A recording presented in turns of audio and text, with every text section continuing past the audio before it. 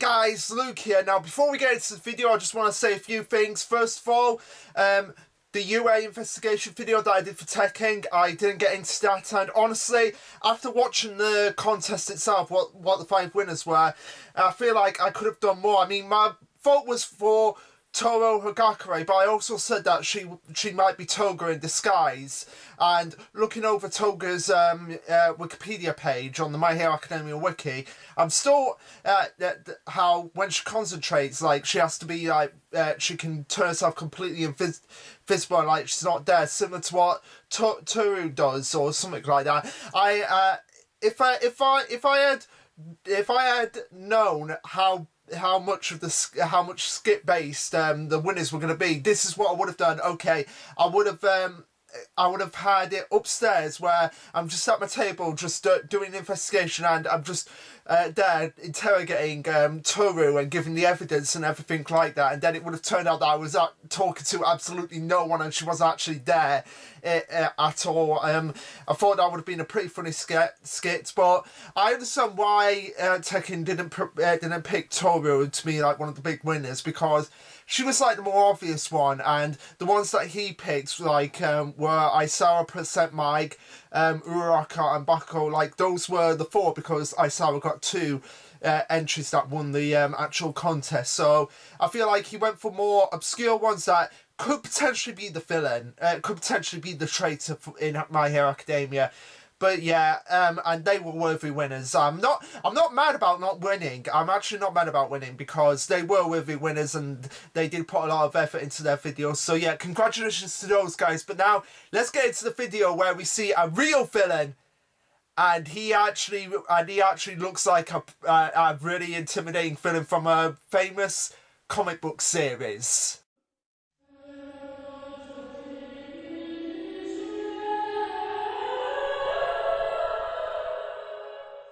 Okay everyone, Lash Luke here, and this is Promise Neverland chapter 111, titled An Unwelcome Visitor. And rightfully so, because Andrew, in his current state, oh my god, he is absolutely terrifying. I mean, I know I'm jumping the gun here, but basically what it is that his face has been basically, like, half his face basically just ripped off, so like you can see like through like the fluids and the skull teeth, and he looks like Two-Face from Batman, who is like one of like the most, oh my god, he is absolutely terrifying villains I have ever seen. I do not want to come across him in a dark alley, and Andrew is no exception. And that's another thing I want to say as well, is that people have been like criticising, oh, how come Andrew's alive? This is so unrealistic. It's a manga series, a fantasy manga series, and how could Harvey Dent, a human being, survive being like an explosion or acid in his face? Can you guys tell me that? Anyway, I just wanted to get over that rant as well, because it seems like, okay, when some series do something, like, oh, it's unacceptable, when other series do it, like, oh, that's perfectly acceptable. Guys, come on. Be understanding here. It's a fantasy series. They can make up their own rules, and seriously, this is the biggest question that you have? You have demons in this world! Actual demons! Actual monsters going around killing kids! And that's the biggest concern that you have about it being unrealistic? It's been unrealistic since the first chapter, guys! Come on!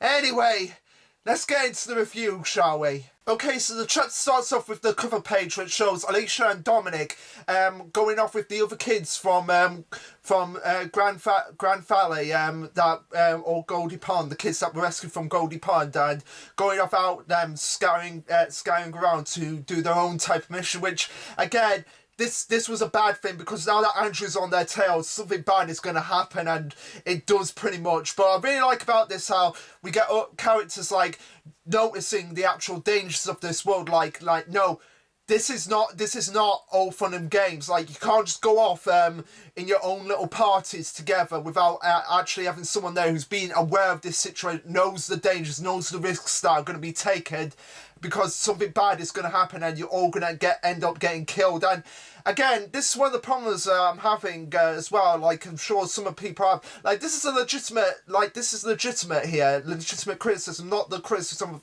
Andrew being alive. This is the legitimate criticism that I've had personally. I mean, I love the series, but that it's not without its faults. And one of the faults is that yes, characters are actually dying, but the characters that we don't actually care about, and it's like, they want us to have an emotional attachment to them, but the fact that they're kids, that they're just for the kids, just to show off, like, what the villains are actually capable of, like, that's not going to leave an impact. Now, if it's characters like, say, Gilda or Don or Ray, like characters like that who have actually been like major characters throughout the series, now that would actually get more of an emotional reaction out of it. But the fact that kids that we don't know anything about are being killed off, like, yeah, it's shocking, but it's not like, oh my god, how can they do that for them? It's sort of like at the moment I'm doing the advanced reading for Sid, who anybody who watched my old Promised Neverland reviews knows that he's the guy that appeared from time to time in my reviews when I was back in Worcester, and I'm doing a advanced reading of his series, which is The Cogs of Elishora or Terra Finita. You can find it on Amazon, guys, and what he's actually managed to do is actually get me crying in the first chapter. Like, I'm not even kidding, like the first chapter of the third book got me crying, and it was because the emotional moment that was going on there was with a character that has been throughout the series, like characters that have been throughout the series and characters that have had major roles in previous books. Like, that's the kind of emotional response that I want to get from The Promised Neverland, and I just haven't quite got it yet at this moment in time. Not since the moment when Emma got stabbed in the fight with Lewis. That's like the last major emotional moment that I've gotten from the series. Anyway, we cut forward as we see some of the kids starting to wake up and notice that Dominic and Alicia have left, and we also see a little glimpse of an owl, and I feel like this is actually being a bit symbolic here, because when we saw an owl in a few chapters ago, that's when shit started to get real, and now that we've seen an owl in this chapter, shit is going to get more intense as well. I feel like the owl is sort of representing like something bad is gonna happen. I feel like because owls are such peaceful creatures, but they're also predators, I feel like that's the kind of symbolic nature that they're actually going for here. Like, yes, they are at peace at the moment, but a predator's coming after them, and it's obvious that Andrew is coming after them, even though they're at peace at the moment. But anyway, we cut back to Emma and Oliver's conversation, which we see Oliver going, "Thanks, Emma. I was planning to tell everyone about the note tomorrow," and he's glad that he got her opinion first, which just shows just how much respect Oliver has for Emma as a leader and as a sisterly figure that the other kids can look up to. Like, she is someone like, okay, Emma, I want your opinion, or I want your opinion on this, and I feel like she's the only one who could like give an honest opinion, aside from Ray. But Ray's like more of a more emotionally detached than Emma. Like, he can become more emotionally detached than Emma can, whereas Emma, she's open. She can keep her face open and keep her mind open about possibilities, and the fact that she can give an honest opinion without actually being influenced by others just shows just how valuable she is as a main character and a protagonist of this series. But all is not well as we see Gilda just rush in and say, "Emma, come quick, something's happened." And Emma's like, "What's happened?" It's Dominic and Alicia, they're missing. We see just like the shock of horror on Emma's face, like, what? And even though it's Dominic and Alicia, they've been around since the very beginning. Like, they're the Gracefield house kids. They're like some of the Gracefield house kids, and this is gonna like be like emotionally scarring for Emma, because aside from Connie, she hasn't seen like any of the other Gracefield kids actually die, and if she saw any of the other Gracefield kids actually die, like, she is gonna snap. Like, they're the ones, like, if they die, she's just gonna snap like right away, and it's gonna be like how with because I was watching Tekken's video on Ida, like his video on Ida from My Hero Academia, and how he just went into a fight blind rage and wasn't thinking, and he got absolutely pwned because he was thinking like, I need to get revenge on the person that did this to my brother. I feel like that's Emma's gonna have something to happen with her later on in the series. Like, so one of her siblings, like one of her foster siblings from Gracefield might potentially end up getting seriously injured or dying, and that's when she's going to be like, I'm going to find out who did it and I'm going to kill them, and she's going to go into a fight with such blind rage that she's going to get absolutely pwned. And I'm expecting that. I'm expecting Emma to just absolutely lose her cool and just go with a blind fit of rage at this point. As we see all the other kids waking up and thinking like maybe they've gone to the toilet or something, and they're saying no they didn't, their things are missing too, even their guns, and they're saying is there anybody else, and we see Julian saying don't tell me they went to look for Lucas and Hugo to the shelter, and she's looking in shock and horror, which again is really amazing how we're seeing Julian, this like on the outside, this happy chirpy person, like giving this sense of like shock and horror. And it's really interesting the fact that we're getting like these levels of characterization and personality from the characters that we haven't got in recent chapters. And continuing on, they decide to split up and search after them. Like Ray says to them, like, split up and search after them, we must get them back right inside right now, because Ray, again, he knows the danger of the world more so, pretty much more so than anybody else, because as it was established, like he remembers everything from birth, so he knows just how threatening this world can actually be, more so than anyone else. So it's like, okay, we've got to get them back inside before something bad happens. And we see all the kids scrabbling to find them and get to them, and they go outside and there's like nobody around, and it's like, oh my god, what has happened to them? And we see just a bang, and Emma going, those were gunshots, yes, and she's becoming increasingly worried, which, oh my god, please don't let there be something bad happen now, please. As we see Donna and Ray go, just what is going on? This is very bad, hurry. We see two of the Goldie Pond kids like just rushing around trying to find everyone and find out what is going on, and we see them finding Dominic, who's looking absolutely stunned and shocked.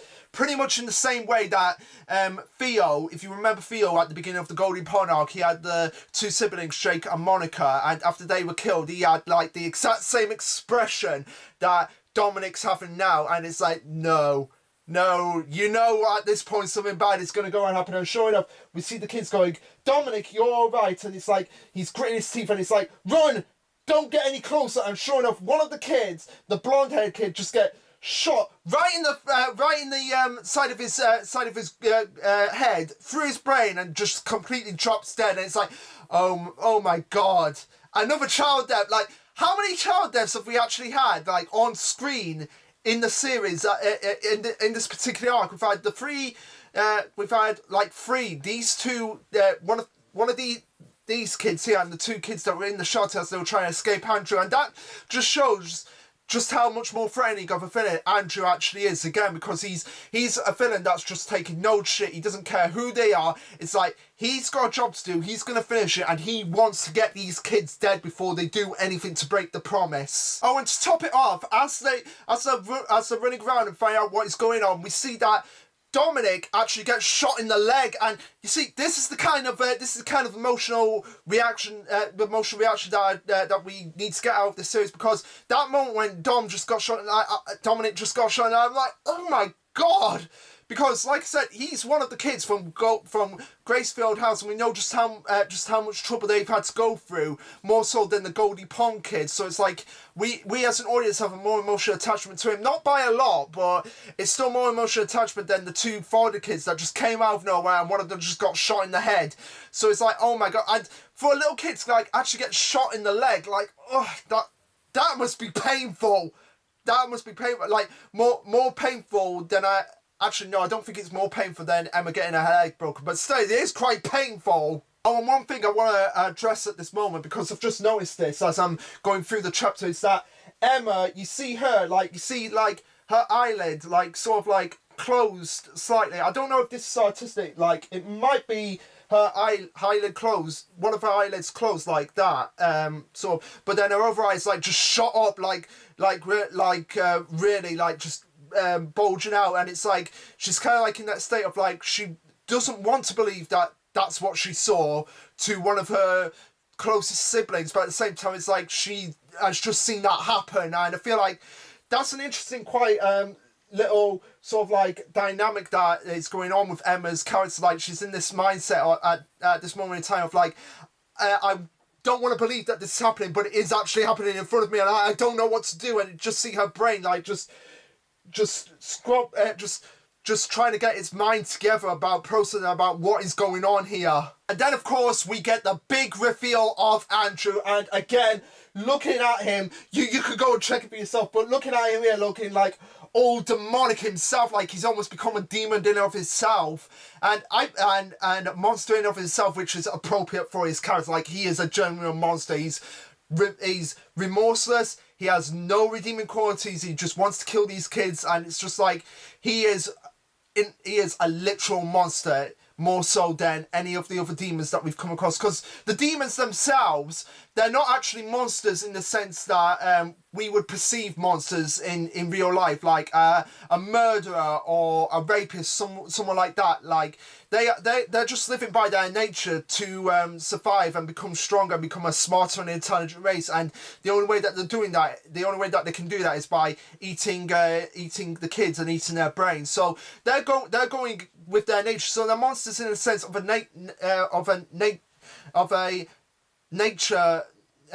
natural instinct to survive. But Andrew is a monster in the sense that he is not human. He is evil, like pure evil. And just looking at him here, looking how angry he is and how just messed up his face, it's like, you do not want to mess with this guy. No sirree. You need to get out of there as fast as possible, because he is absolutely terrifying, and I will argue to the end of time that he is not terrifying. Like, even before he was all fucked up, he was still a very imposing presence, but now that we see him with a gun, like, just like totally demonic, and Alicia is just like about to piss her pants because he has her like as a hostage. It's like, oh my god, please get out of there. As Andrew says, "Found you, cattle children." I don't know why I made a Batman voice for Andrew, but I think it fits. But anyway, moving on. As Andrew says he's found them, we get a pretty good reaction of everybody being just as terrified and or disgusted by Andrew's appearance at this point. Particularly Ray and Gillian and Emma. Like, they're the ones that are like, what the fuck is this? And we see them going on and discussing, like, what the hell is that? This is that man? No way. How is he even standing? Impossible. I feel like I think it's Dom. It might be Don. Like, there's too many. Like Dominic, Donald. Like, there's too many names that sound similar sometimes. But anyway, one of them says, like, no way. How is he even standing? Impossible. I can see half his carry on. Basically, half his face, half his skull. Basically, I can't pronounce that word, but yeah, I'm pretty sure this line was just added in because of all people say, like, how is this even possible? Like, all the complaints that the others probably got about this happening, and also that's another thing as well. I saw the rankings for this week's chapter, and Promised Neverland was in number 10, and people say, like, oh, this is proof that the series is going to get cancelled. But if you look at what was in the chapter, like, Dr. Stone got pretty low this week, and that's one of the more popular series as well. So do you think Dr. Stone's going to get cancelled? No, I just feel like they were. It was just like the way the audience perceived these chapters, like they just weren't the best in the world, and the rankings, or it could possibly be like that's just the order of where they were in the magazine rather than the placement. I don't know what's running in Shonen Jump, what the behind the scenes of Shonen Jump is sometimes, but yeah. Dr. Stone got pretty low, as did Promised Neverland. Like, pretty much all my top 3 got pretty low this week. So I'm not, but that doesn't mean they're not going to be they're going to be cancelled right here, right now. I just feel like they were just having a bit of a bad week this week. That's all I think. As all series do, all series have their bad weeks, unless you're One Piece. But still, even One Piece all the time does not get number 1 spot. It's like sometimes it gets number 3 or number 2, but it not all the time it gets number 1. So even then, One Piece can have some bad weeks. But anyway, moving on. Julian says he's alone. What about the other enemies? More importantly, if the enemy is here, then Lucas and Hugo. And as Emma realizes, like, this is actually true, we see Andrew just completely just lose it and go, who told you you could stand on your knees? I'm like, okay, Andrew, I'm sorry, please, we love you.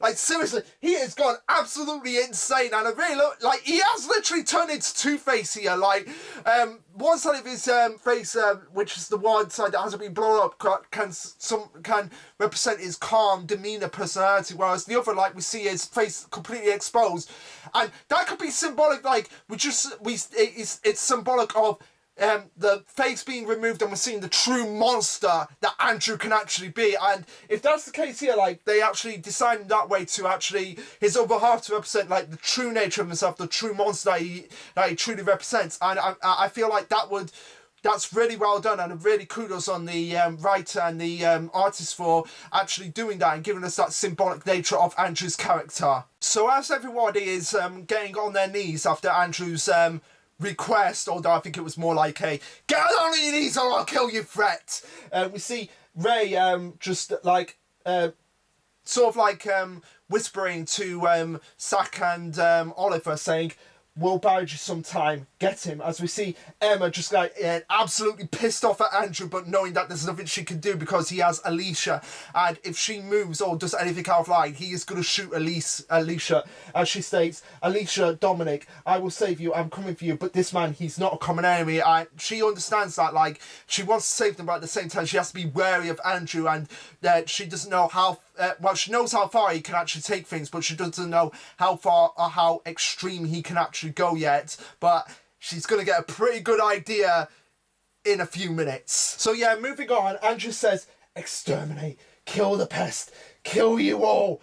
We see Zack and Oliver appear behind a tree behind Andrew, trying to get an opening to actually make one so that they can actually get Dominic and Alicia out of there and have a standoff with Andrew. But he continues on going, kill you all, as we see him pull his gun out and say, clever one, and shoot at Zack. And Oliver's like, no, Ray is like, he noticed them, and Andrew's going on with like, always with the clever tricks. Damn you, cattle. All of you, just meat for them. Just living meat. You were all told to Neo, you dirty pigs. I'm like, oh my. It's like, this guy, I have no other words to describe Andrew. Complete monster. I think I've done everything I can to describe him, but still, he's a perfect combination of Isabella and Lewis, like Isabella being the calm one, whereas Lewis being similarly calm but like more monstrous in nature, and Andrew perfectly represents these two personalities. Now you have one half who's human and one half who's demonic, and that just perfectly sums him up big time.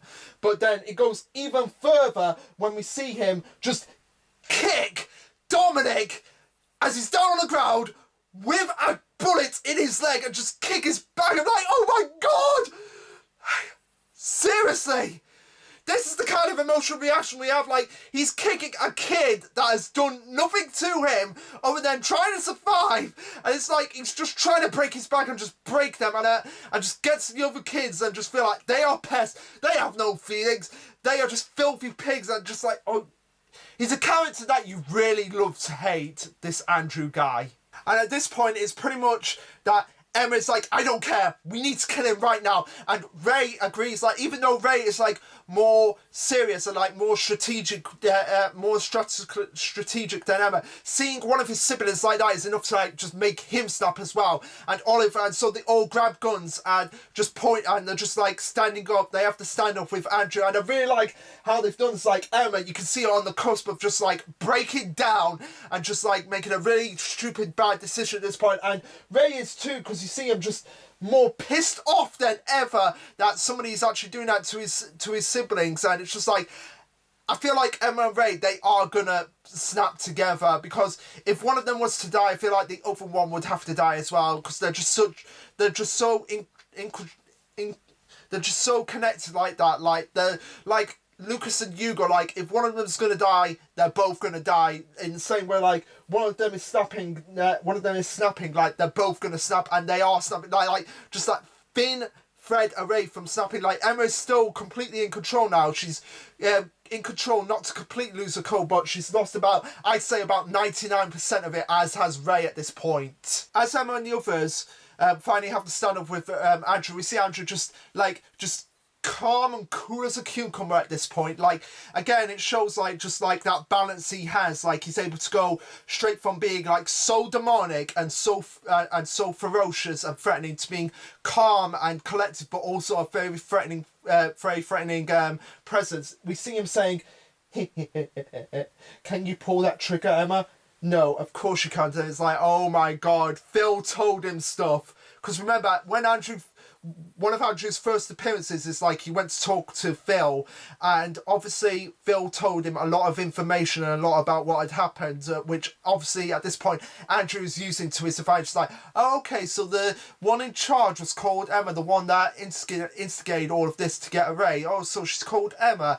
Interesting. And so she won't so she's a pure person that won't go and kill someone. Oh well, I think I can make her do that. It's sort of like the relationship that Johan and Dr. Temmer had from Monster, where Dr. Temmer was like this pure hearted person who was a doctor and didn't want to take lives, but Johan was like pressing him like, come on, you want to kill me, I know you want to kill me. It's sort of like the same here with Emma and Andrew, and it just makes them like perfect arch enemies for each other, more so than Emma had with Lewis. Like, this is more personal, because not only is it a human, but it's a human that is actually her family, both mentally and physically, and herself, both mentally and physically.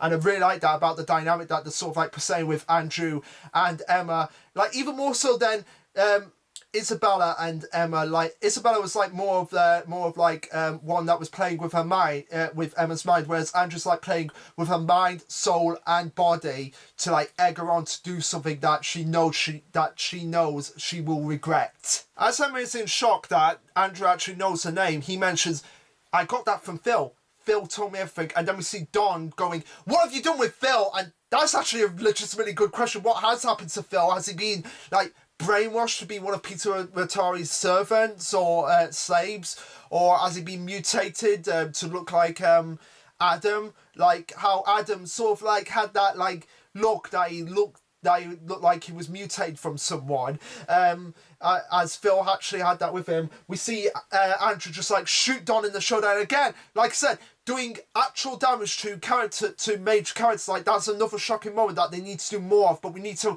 actually actually killing off. I know I don't want any of the kids to die, but if some characters are going to have to be killed off, it has to be major characters, so that we can not only have an emotional turmoil for ourselves that this character's actually died, like Donald Gilder, but also give more of the characters that are sort of like in the background, not really important, their chance to shine in the spotlight. I feel like that's something that needs to happen in this final arc. And we see Andrew continue on going, "You mere little brand, thinking you can be a family and also kind. What a bunch of damn stupid morons." Again, showing that Andrew does not see them as family, he just sees them as a pack of meat that are meant to be food for the demons, and he is going to make sure that they are actually fulfilled in that requirement to be meat for the demons. We see him flashback of him first encountering the kids that actually went out away from the underground, and we see him like just like looking really demonic and really threatening as he pulls his gun, and all the kids are like, "Alicia, Dominic, go run!" And he's like, "The three idiots with these kids are dead, Emma. Wanna know why?" And again, we did not know anything about those kids that actually died. I mean, I was looking at it all week to find out if they were actually named kids that we did know or we did know about. But even the wiki doesn't state who they actually are, which shows again that they're just father kids. If it was actually Dom, Gilda, and Gillian that actually died, that would be a big, big shock. More so than these kids, and it is still a shock, and Emma is like traumatized because she viewed them as family, but like we did not know anything about them, so we couldn't get as emotionally attached to them as the way Emma has. So Andrew goes on to say to Emma that, "Do you know why they are dead? Because they couldn't shoot me. They couldn't shoot a human being, and they couldn't pull the damn trigger." And he mentions that he was hurt and they had the numbers and the chance. It would have been an easy kill. Human beings like us, he hunts like us. If I become a murderer, I can never go back. Bet they were thinking a whole lot of bullcrap like that. And again, this separates Andrew from the kids. How he is not pure in a way, and he doesn't value human emotions. Like, he's sort of like become attached to become a robot and become demon. Like, he's basically become demonic at this point. Like because he's so fixated on keeping the promise. These kids are cattle. They are cattle. They're going to be bred to be food. They're nothing to anyone. Don't make emotional attachments to them. He's sort of like being so enveloped in that he has just lost his humanity completely, and he doesn't understand, like, look, we don't want to be like you. We don't want to kill you because then we're murderers and we're no better than you. And it just shows, like, both the positive aspects of human emotions, but also the negative aspects of emotion. I like this duality that's going on with the series, and how emotions are the key element of this series, because without emotions, it doesn't make you human. It makes you a monster, and yeah, you're no better than the demons that are actually going around killing these kids. So it is important that we're all reminded, not just us as the viewers, but also the characters in the story. Like, it's these emotions and these attachments and these relationships that are built up throughout the series via the humans and the demons as well, like with Song Ju and Musica, which I'm going to get into them too at the end of this chapter, because I have something about them that I want to talk about. But yeah, through the relationships that were developed between humans and demons, because like I said, there are some good demons out there. Yeah, that's what ultimately drives the series, and I like the series how it's been delved in both a positive aspect but also a negative aspect. Like, even though you do have these emotions and yeah, you are human and you don't want to do all of this killing, if you don't do it sometimes, you could end up in a serious situation. It'll be more painful for you as a human to live with that, knowing you could have stopped all this bloodshed, but you didn't because of humanity. But also, you have a positive aspect, like, yes, this is great that you have this, and you should keep that pure. And it's sort of like this duality of this battle of emotions that are going on, which I really like about the series. As the kids are just preparing to shoot Andrew there and there, he goes on to just basically laugh at them completely some more and say, "God damn it, I just can't stop laughing at the idiots." And we see him just like give this like really creepy smile. It's like, oh my god, do not show that again, for the love of God. As Ray and Don just pull up some guns, he goes on to say, those two guys were stupid too, you know, the cattle left over from Glory Bound, which shows like even when they're adults, anybody that's born in the farms, they're cattle. They're not human, they're cattle to him. And he says, they're dead, of course, which just shocks everyone around them. Even though they probably had an idea of what that actually happened, like they're actually dead.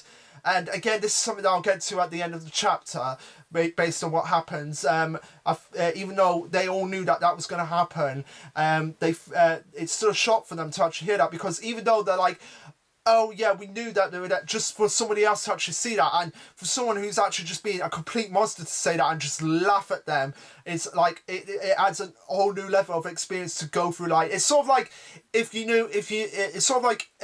if you knew a father or brother that actually died, and you knew that, and you went through the pain of losing them, and then to hear somebody else just laugh at them and call them an idiot like that, that's gonna like open up a whole new can of worms and make your emotions like just like be boiled in rage. And it's sort of similar like here, even though they knew that Lucas and Hugo were probably dead, to hear somebody like Andrew saying that and to laugh about their deaths, it's just like, it just adds a whole new level of trauma to what they are actually going through at this point. Andrew explains what happens, and he says, gotta admit it, they were good. Took us by surprise that, but one of them was dumb enough to shield the other from our attack, and the other just couldn't leave him, even though he was hurt. In the end, they lured us into a trap and blew us all up, but after all that, here I am. The imbeciles killed themselves for nothing. And we see him like, again, just a bat of craziness, like Andrew just going batshit insane, a bout of creepiness, and saying, They actually challenge us. Do you believe it? They want to become bait to draw our fire from you, dragging a leg or shot in the gut. They fought so hard for the sake of the bee's nest. All useless fate is on my side.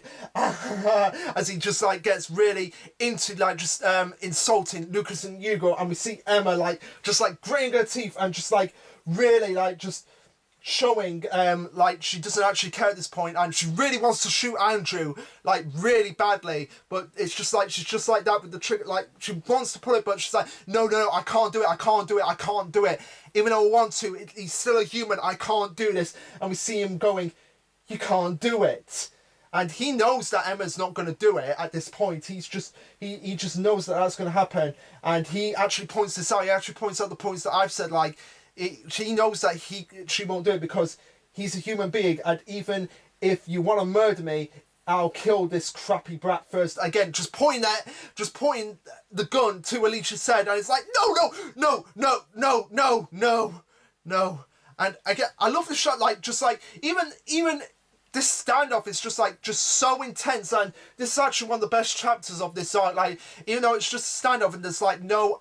There is action, but it's like not like running around shooting gun and getting into a fight. Like it's just a complete standoff, and it's just like the tension and suspense of like who's actually going to fire the gun first, because we know that these guns are going to be set off, and it's just a case of like what is going to happen and how it's going to happen, and that tension and that suspense has just been kept building and building and building, even with Andrew's insanity, because we know at any point he could just be like ha ha ha, and then just shoot her and then shoot Alicia in the head of the gun, because he just doesn't care. He's like had his whole humanity removed, and he's actually become more beast than man. As we see Andrew just like going them on even more and say, you have no choice, just shut up and die. Well then, we see everybody getting point, everybody has their guns, ready, and then bang! And that's where the chapter ends. Like, okay, this is what I want to talk about. Like, it was a really good chapter. I really like this chapter, like just a great start off. I got to see more of Andrew, which again, he's like becoming one of my favourite villains of all time, right up there with Johan, like Johan, and then Father from Full America. Like Andrew is like getting up there. I mean, he's not quite in the level of Isabella or Lewis, but he's certainly getting up there. Like he's really intelligent, and he knows the kids, and because he's human, he's able to play with their emotions, and because he's got information about them, like who their siblings are, like what emotional attachment they have for one another, and how he knows that Emma won't shoot him, but he will shoot everybody else, and that just makes him even more of a threat than Lewis or Isabella, because Lewis had the courtesy to be like, okay, I'll wait for your allies, Emma. I won't kill. I'll give you 10 minutes. Like, where he could easily have just snuffed Emma out in an instant, but he wanted to play it fair. He actually wanted a fair challenge from Emma, and he allowed her to have as many reinforcements as she could possibly muster. Whereas Andrew is just like, no, I'm just going to kill them, and I know you're not going to kill me because I am human, and just shows the intelligence but also the insanity that's just in Andrew's mind, just sort of like this balance that's always constantly shifting, like always on tiptoes with him. But yeah, anyway, in terms of the bank, I have three possibilities. Either it's William Minerva, James Watari that has actually found them. It's either Song Ju, who actually used like his spear to like stab Andrew, and the gun was just like it just flew off and just banged overhead in the trees, like that, like sort of like an impulse, like Song Ju's just like like that, sort of like that. That's probably what happened. Or Hugo survived as well, but Lucas didn't, and I don't want that to happen with Hugo. Like, even though people are saying it's a possibility that could happen, I don't want that, because we had the chapters that led up to their deaths, and they had a great send-off, and their stories are pretty much done. So I want it to either be William Minerva, James Watari, or Song Ju. And again, that would give an interesting dynamic to see, like, demons actually allying with allying with the Cat's children and protecting them, and it will certainly like question Andrew on what on what his perception is at that point. But anyway, guys, really tense chapter here,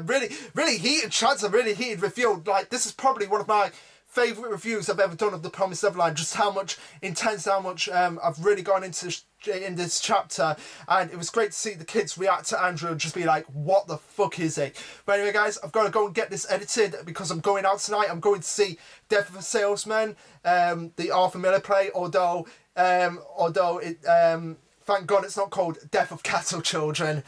I'm really grateful that it's not called that, because I probably wouldn't see it out. But no, Death of a Salesman is one of my favourite plays, and I'm glad it's come to Manchester. Along with the Book of Mormon, that's coming out to Manchester, and I've seen that before, but I want to see it again, and that's coming out in the new year, so I'm looking forward to that. But anyway, guys, let me know what you thought of this chapter. Like, subscribe, comment, all that jazz, and this will be Luke signing off. Later, guys. Ooh.